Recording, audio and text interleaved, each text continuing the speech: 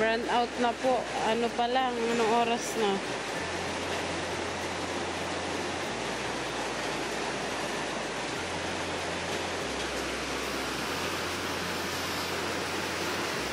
Alas 10, mag-alas 11. Brand out na. Lakas na din ang ulan.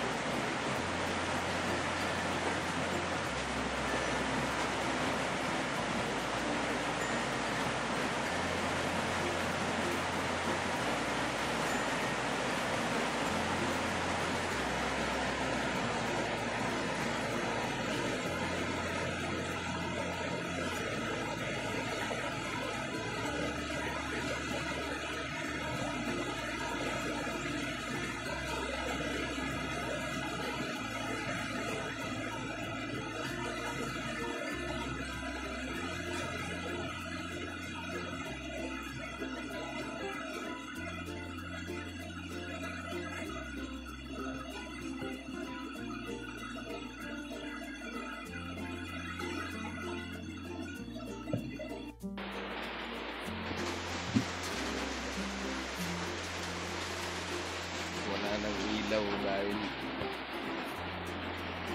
brown out. Ang oras ngayon ay alas 10.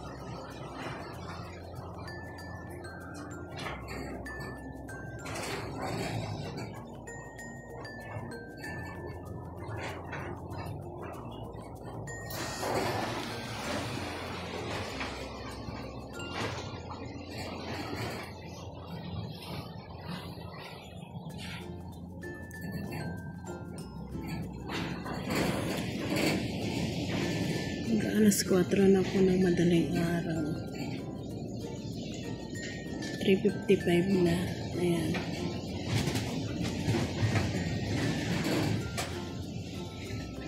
Maririnig niyo po ba? Ang lakas.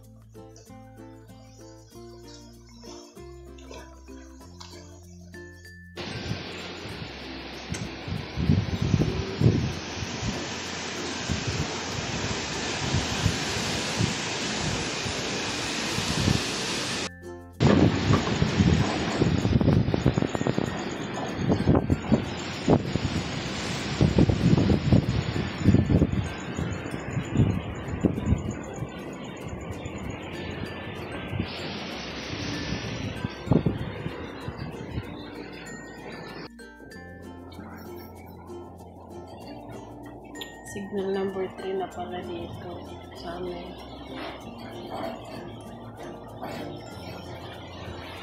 Run out pa.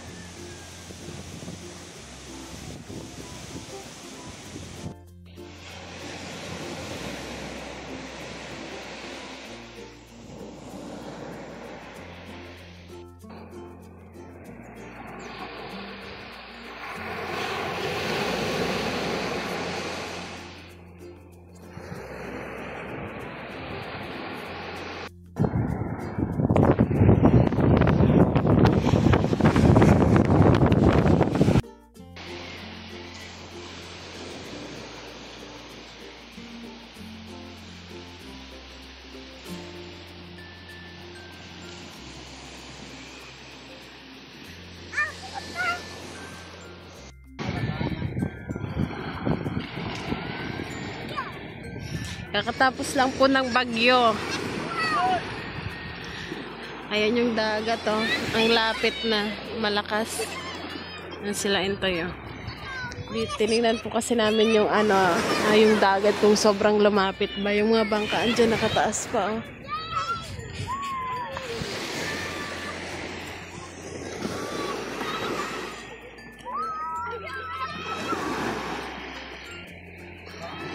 Dati pagkakataas ng bagyo, madami dito yung inaanod. Halimbawa, dati yung mga banyera, ganyan. Pag minsan kasi may lumulubog na mga sasakyang pandagat. Yung, Kenzo! Dala ka dun sa Dito ka lang. Ito lang sa baba. Yan, minsan may lumulubog na sasakyan. Is bangkang malaki. Inaatong yung mga banyera, ganyan. Inaanod. Napupunta dito na dati ang daming napupulot ng mga tao dito. Di ba, Toy? Sabi, alas 8 magla-landfall yung bagyo. Gabi ata, Toy. Gabi na, alas 8 ng gabi. Hindi mo kagabi makahangin. Hindi, mamayang gabi. Biyernes. Bakit payapa Tapos kaninang madaling araw at di nakaano ko kasi yung bumaba ang bagyo eh.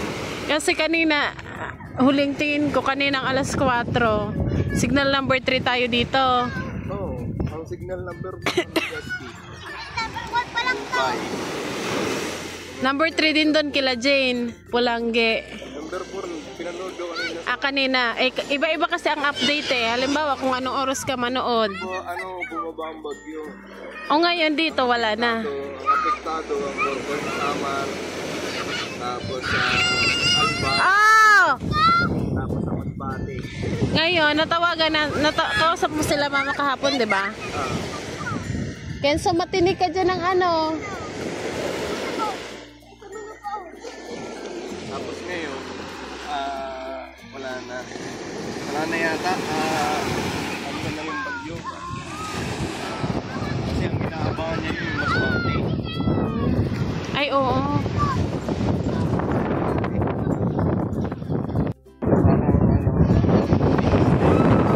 Lumihis? Ay, maglalandfall sa Masbate kanina.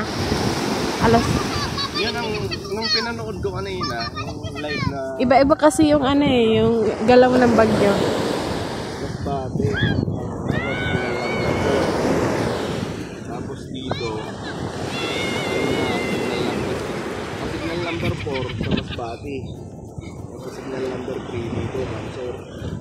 Tapos sinaano ko na, kasi sabi alas 8 di ko na kumaga. Grabe, ang lakas kanina. Hindi, nagising ako eh. Natakot ako. Pero okay. Ano lang naman po hangin. Yung ulan, pabugso-bugso. Kenzo! Saka ang kanina, mahangin siya. Pero walang ulan. Oo, pabugso-bugso yung ulan. Minsan may ulan, minsan wala. Hindi siya kagaya nung sa Samar. Malakas doon pagtawag mo kahapon. Ulan. Kumusta naman daw sila mama doon? Wala kasi ako kahapon. Tawagan mo ba? Tawagan natin. Wait lang.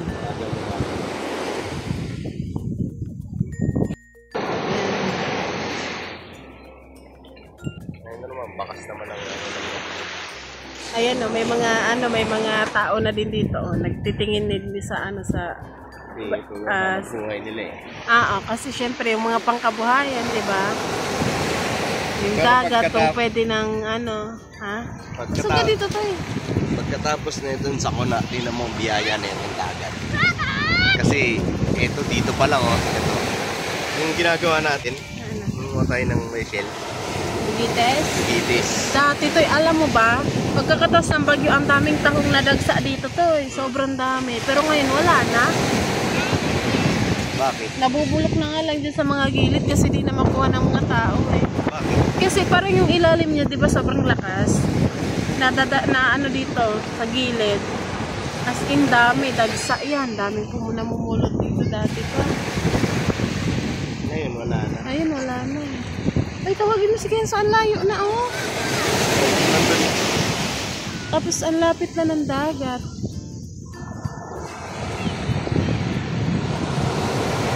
Yung mga aso oh. Naman lawak pala na ito. Tingnan nyo po yung dagat. Walang mga bangka, ganyan yung itsura niya. Parang ganda.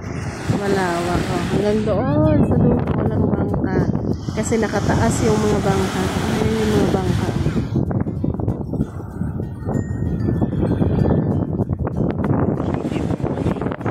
Saan? Sino dito? Pumunta doon? Ang lakas kanina. Sino kasama? Ha? Sino kasama? Siyempre. Tita Mary Jane. Kita ko dyan na sa gitna. Grabe, bumpo. Kasi hindi siya nagsasaguan. Alam mo. Oo, nagpapahangin, nagpapaano lang. Diyan po kasi yung yung pinuntahan namin, ayan po. Yung nanguha kami ng tahong. Dyan sila nagtatanim. Siguro bibisitahin. Araw-araw naman po kasi sila nandyan kasi may alaga din sila dyan, kambing tsaka kalabaw. Ngayon, kita ko sila dyan sa gitna. Tapos, itong katolik. Nasaan na si Kenzo, Toy? Kenzo! Gete.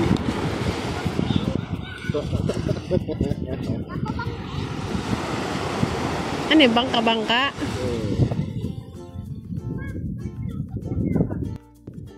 Ayan na, binababa na yan. Yan. Binababa nila yung bangka. Baka mangisda na yun sila. Lakas pa naman.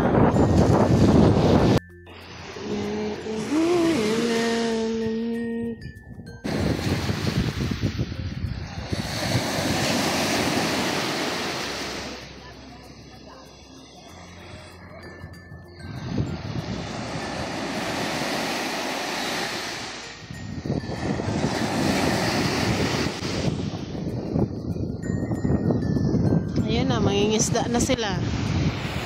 Pagkatapos ng bagyo, hanap buhay agad. Balanak yung huhulihin yan, Toy. Mamamanting ah. Mag-aano yan yung gaganon sa tubig. Parte sa akin lang. Yan si Kenzo. Nakikinood na lang. Hindi naman siya pwede mag-cellphone. Nak.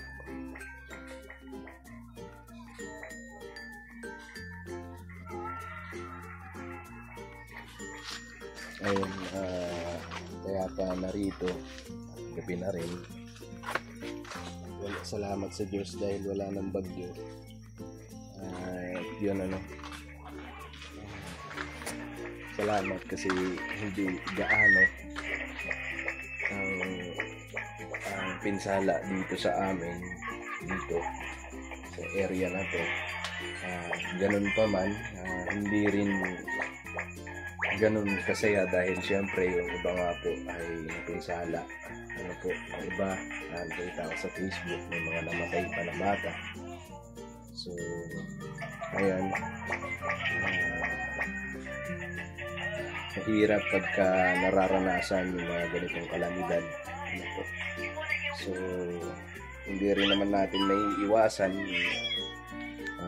pagdating ng bagyo. Sa atin na lang mag-ingat. So, sa mga susunod pa na bagyo, maging aral sa atin yung mga Halimbawa,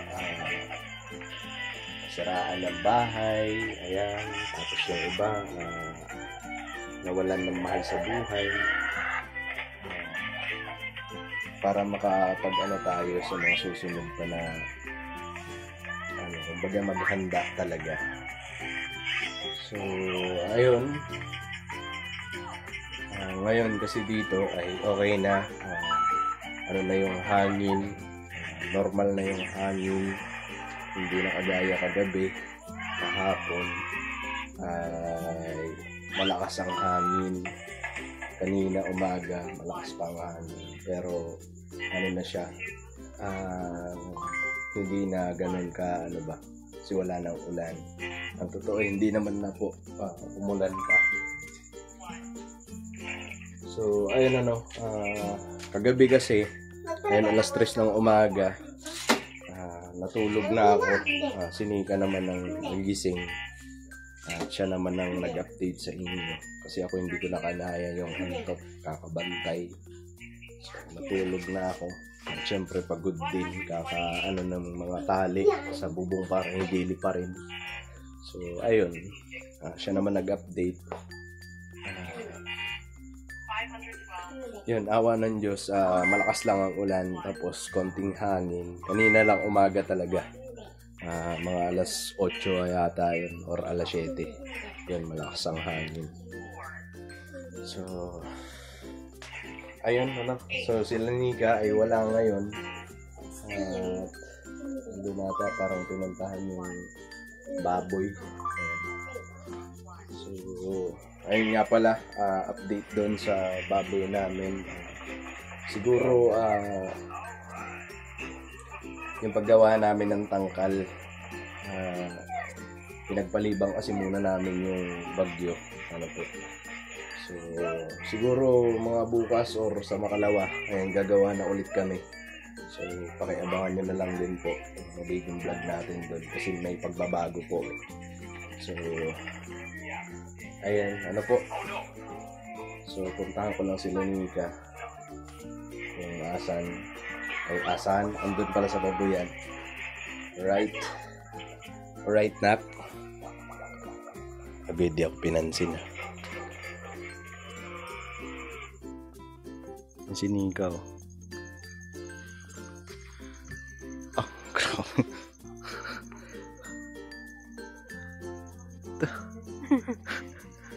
Dito ako matutulog. Yan, dito kami sa tabing dagat. Tingnan mo, parang wala lang bagyong nangyari. Pero tingnan mga bangka, hindi pa ibababa. Baka bukas ka pa. Bukas, balik yan sa laot. Itong mga bangka.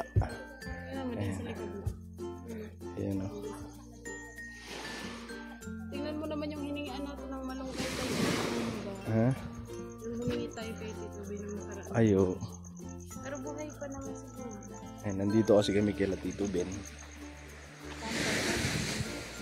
Kasi wala lang, bisita lang. Tambay. Tsaka mag-upload din po kasi kami. Alright. Medyo malakas dito yung signal. Iyo, may kuryente na din po. May kuryente na. Dumating na?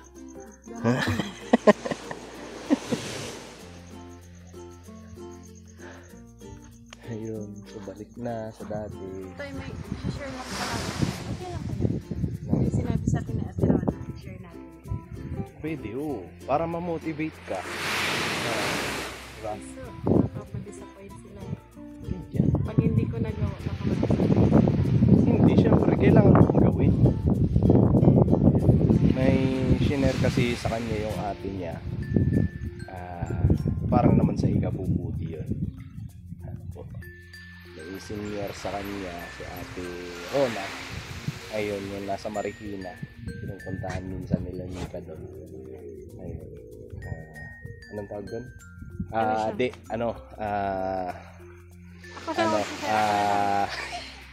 Ano po kasi yun halimbawa, di ba, kaya pag mataba, ano siya, weight loss, ganon. Kailangan mo mag weight loss. Ang pwedeng sumali 60 pataas ang kilo. So yung ate ko 67 siya. sumali siya. Tapos inaaya niya ako sumali. Nasa ano ko, di ba? Nasa... Basta mataas. Nasa 80. 80 ba? Nasa 80, ganyan. Sabi niya sa akin, 3 months ang kailangan mong mag-diet, ganyan. Tapos, kung sino yung pinakamataas na mabawas ng timbang, siya yung mananalo. May registration fee na 300. Tapos, yung mapapanalunan mo kung manalo ka is 35K. Sa loob ng 3 buwan. Pero may ano ka dyan, yung may coach. Sasabihin sa'yo kung ano kakainin mo, magpa-fasting ka kung ilang oras, tsaka mag-exercise ka. Kung gusto mo talaga manalo, susundin mo yung instruction, ganyan. Pero kung ano naman, kahit hindi ka manalo. Kahit sino naman gusto manalo eh. Kahit hindi ka manalo, basta mabawasan yung timbang mo, panalo ka. Panalo ka pa rin. Parang win-win situation lang. So, sabi ni ate, bumili ako ng yung kiluhan. Ano ba yung paano? Ano tawag doon? Basta yung kiluhan. Pang Hindi sa isda. Basta yung inaapakan mo. Pero legit naman yun. Pang ano na ngayon, season 4. May season sila. Tapos ngayon, sabi niya, bili ka muna nung kilohan na yun kasi kailangan mo magtimbang kung ilang kilo ka, isi-send mo doon. Kailangan mo magsukat ng tangkad mo kung ilan ka. Ayan. Tapos, yun na yung mo, parang i-compare mo yun kapag dumating na yung December. Kung ano pinagbago. Kung sino ang pinakamababa sa lahat-lahat na, kung sino ang pinakamalaki ang nabawas ng timbang, yun ang panalo. Okay. May coach naman. Kapag gusto mo talagang manalo, susundin mo talaga yung strict na yung sabi naman, mahirap daw talaga yung mga 2 weeks. Pero kapag tapos na ng 2 weeks, parang kaya mo na yung ano ka na ba? Parang masasanay na. Okay. Kasi trinay ko yan, di ba dati? Umabot lang ako ng 1 week. Tapos hindi ko kinaya. Kaya balik na naman sa kanin, ganyan. So ngayon, try ko. Bukas bibili kami nintay ng kilo. Ng kilo, ha? Para naman ako nito Hindi, so abangan natin kung gaano. Ilang kilo ang mababawas. Ilang kilo ang mababawas. natin? Pwede, kung ilang kilo mababawas. I-vlog namin bukas. Bibili kami ng kiluhan. Tapos, tingnan natin kung ilang kilo siya. Tapos, tingnan natin kung ilang na mababawas. Tama naman yun na kahit hindi ka manalo sa premyo, panalo ka pa rin pag halimbawa nakita mo yun. Resulta. May pagbabago. Alright. So, yun lang i-share mo. Yun lang po. Sana lang. Siyempre, para alam nyo. Kung halimbawa, nabigyan ka na ng pagkakataon na sumali dyan, gawin mo na ang lahat para manalo ka. 'Di ba? Huwag yung, kasi parang may ka pa nun eh. Parang, okay lang na hindi manalo. Basta Kasi, depende kasi kung kakayanin mo o hindi. Kung everyday motivated ka, paano kung hindi? Paano pala kung gusto mo magkain ng ganito isang araw, ganyan? Hindi, syempre kailangan mo nga kontrolin yung sarili mo. Ikaw pa naman, pag sabi mong magluto tayo, ano lang naman ang bawal kainin, basta mga pang low carb yung dapat mong kainin, low carb. Yan lang, basta exercise, tsaka fasting, yun lang. Tsaka yan, may premyo. Hindi ko muna sasabihin kung magkano. Sinabi ko na. Di ba sinabi ko na? Sinabi mo na ba? Hindi mo naman narinig. Sorry, nasabi na pala eh. Malaki yung premyo, so try natin. Kaya nga sabi ko sa iyo, gawin mo na ang lahat para manalo ka. Pero diba? Sana, kung hindi man manalo, huwag kayong madidisappoint. Syempre hindi. Lalo ka na. Hindi ako madidisappoint kung makikita ko naman na magiging sexy ka. So, yun lang muna. So, magda-diet na ka na. So, yan lang muna. Sa ano siya? Wait lang kasi. Sa 29 siya magsa-start ngayong 29 September. Mag-start na tayo mag-diet. Oo. Magda-diet na. Oo. Sige, kasi may So yun po. See you next vlog. I love you all. Alright? Alright. Start bukas gisingin kita maaga. Maaga naman ako nagigising Kasi mag-walk-walk tayo. Kasi alright. Diba dati, pag anong oras na tayo nagigising ngayon, 6 pa lang gising na tayo. 6 to 7, ganyan. Okay?